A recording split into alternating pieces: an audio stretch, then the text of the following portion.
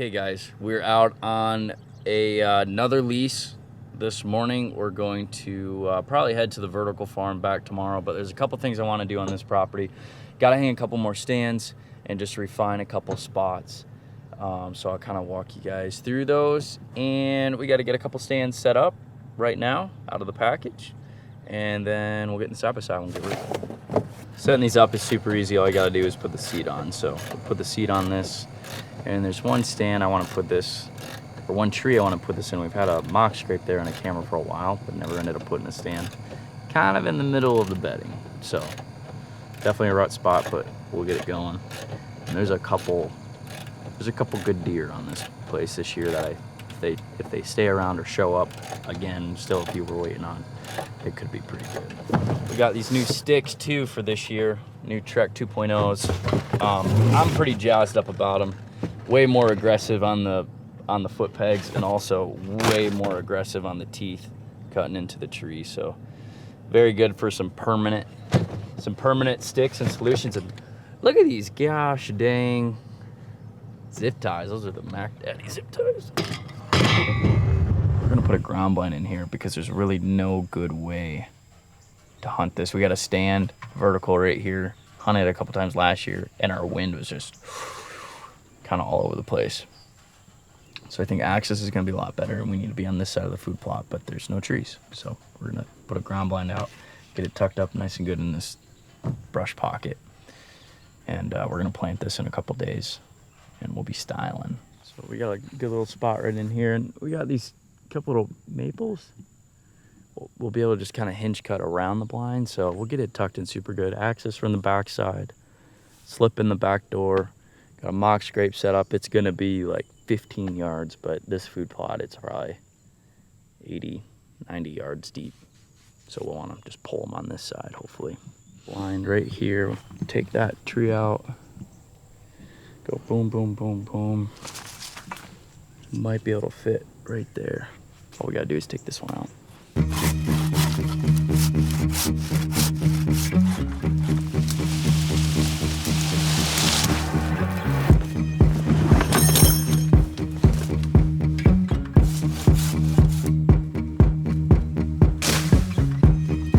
So we got like a blind pretty much out,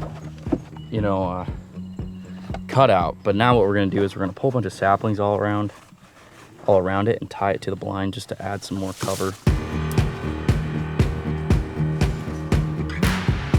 You take some spray paint and spray the inside of that blind black, but we got it. We're just gonna clear out a little entrance and exit out the back door, and we're styling. I'm actually gonna replace that with an oak branch too. Sweating like a dog again today. It's supposed to be, Caitlin's phone says 107, mine says 90 something, so. Good to actually open up your windows, and especially when we're filming, I like to think about where camera is gonna sit, where I'm gonna sit. So open everything up, take a look, and we have awesome exit out of here. We'll be able to slip right in through this thick little patch. Honestly, even if there's deer in here, we probably could get in here. So super happy with this. All we gotta do is add some brassicas.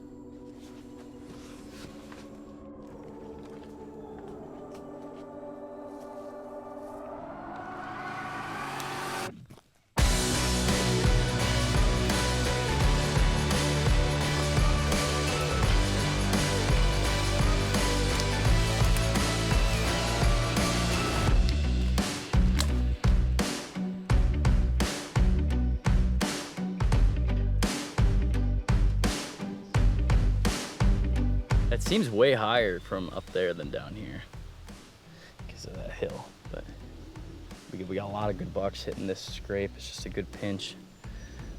Rut spot. I mean, there's really not a lot of traffic, but boom, every now and again, there'll be a buck cruising right next to this creek bottom. So good north wind, it'll be a solid set.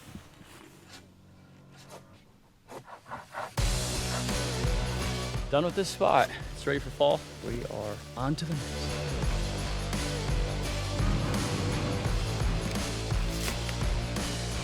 Spot number 3 for the morning. We're being productive today. This is a spot we called fence stretcher because when we set it up a couple years ago, it had the fence stretching tool sitting right here, so we call it fence stretcher.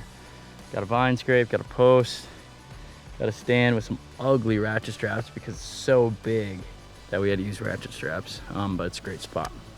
Pretty bulletproof.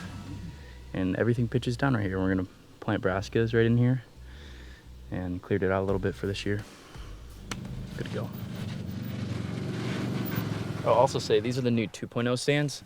Much lighter. I think they were able to cut down several pounds just shaving weight through the seat and stuff, but much lighter than last year's, the new 2.0s, and they're cheaper. So we refined a couple things and listened to you guys, which was weight and price point. So we were able to fix both those things.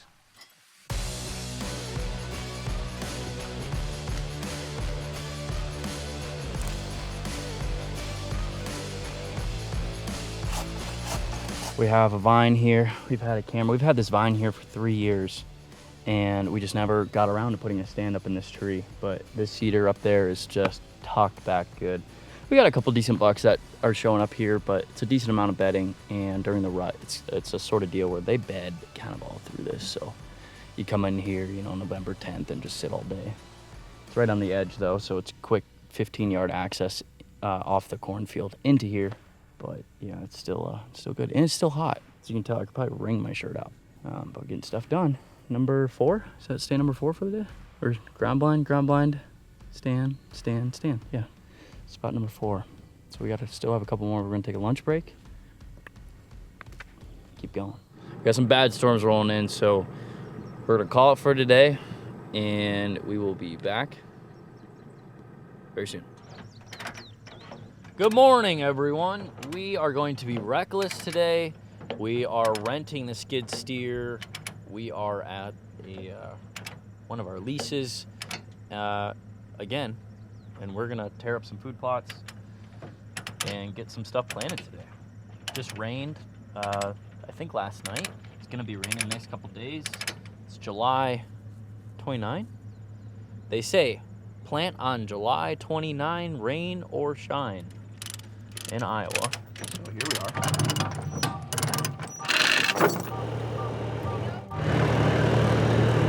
Island, I know what I'm doing.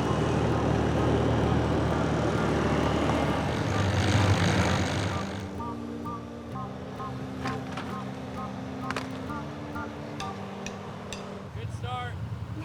I literally said, "Are you sure this is not gonna get stuck?" He's like, "Nah, there's tread and tracks on it." I didn't think it was that steep right there. This ditch has taken the lives of many things. We've gotten the side-by-side stuck. We've gotten this stuck now. The thing too is we have to get it out that way. We can't get it out this way. So here's the strat. We essentially have our bottom end hitting because it's a pretty good sized ditch right here. I was just thinking we were gonna clear it. We obviously did not. But what I'm doing is I'm tipping the rototiller to tip the Bobcat back. Essentially what it's doing is lifting the tracks off the ground.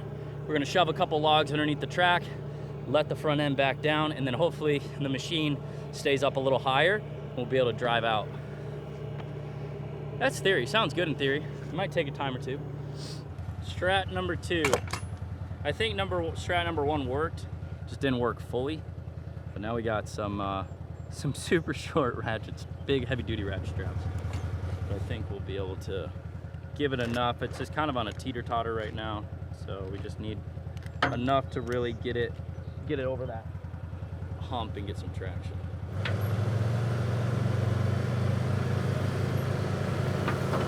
It's a Christmas miracle. The Can-Am did the job.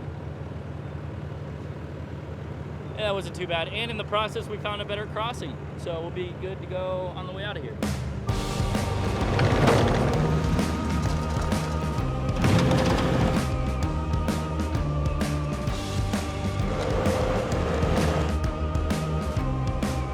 That's the only thing I don't like about tilling is it tills it up, and then like the sun will get out today and some of that moisture will evaporate. A no-till drill would be the best, but here we are. This is a second-year plot too. You see there's a lot of dead weeds. We sprayed it 3 times, but we need to just kind of break up that vegetation a little bit. I was nervous about just broadcasting or doing whatever. So I knocked over my scrape pole, but luckily we got a bucket with this thing too. So there's a couple little things I want to do. When we swap out the bucket, we'll put in a new scrape pole, and we'll probably put it at like 20 yards or a little bit further, because right now it's at like 15, a little too close. But yeah, we got another one just right up over here that we got to do, and we'll be styling. I'm liking how it's doing.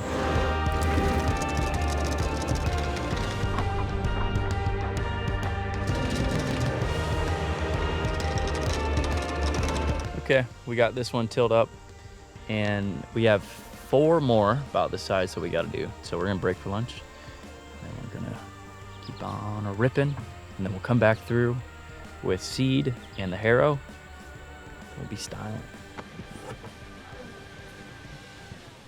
I have, or I guess we have had this place for 3 years, and I was just thinking all the amount of work and the time and the money that has gone into this place.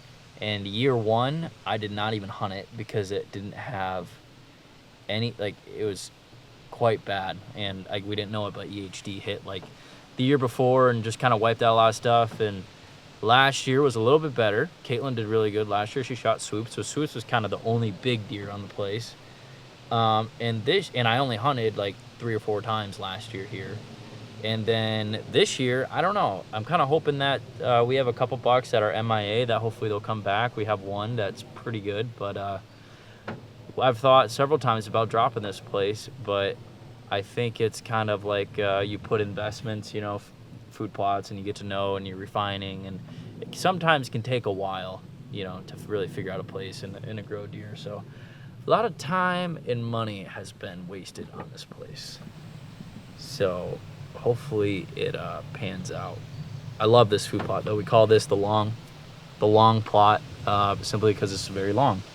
It's probably like 120 yards long and only 30 yards wide, and pinches funnel them down. We got a vertical hung up in this tree in the corner. Got a vine scrape. Got a like a rubbing cedar we cleared out. So if they're here, it's gonna be good. On to the next.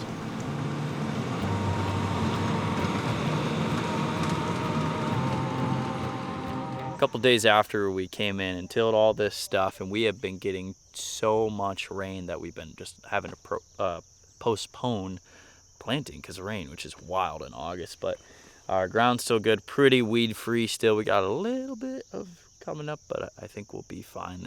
These brassicas will overpower these weeds. So we're gonna run the harrow, and then we'll put down some new seed we're testing by Agriland. It's actually wrapped and coated in nitrogen, which is wild. It'll give it a good boost, a good little kickstart of growth. And then obviously you still got to fertilize it, but it gives it a little extra boost. So some brassicas, purple top turnips, and like a radish mix. So we'll get that down. We'll get it harrowed, get it down, run the harrow again over it light, and super easy way. And I think we'll get some good germination.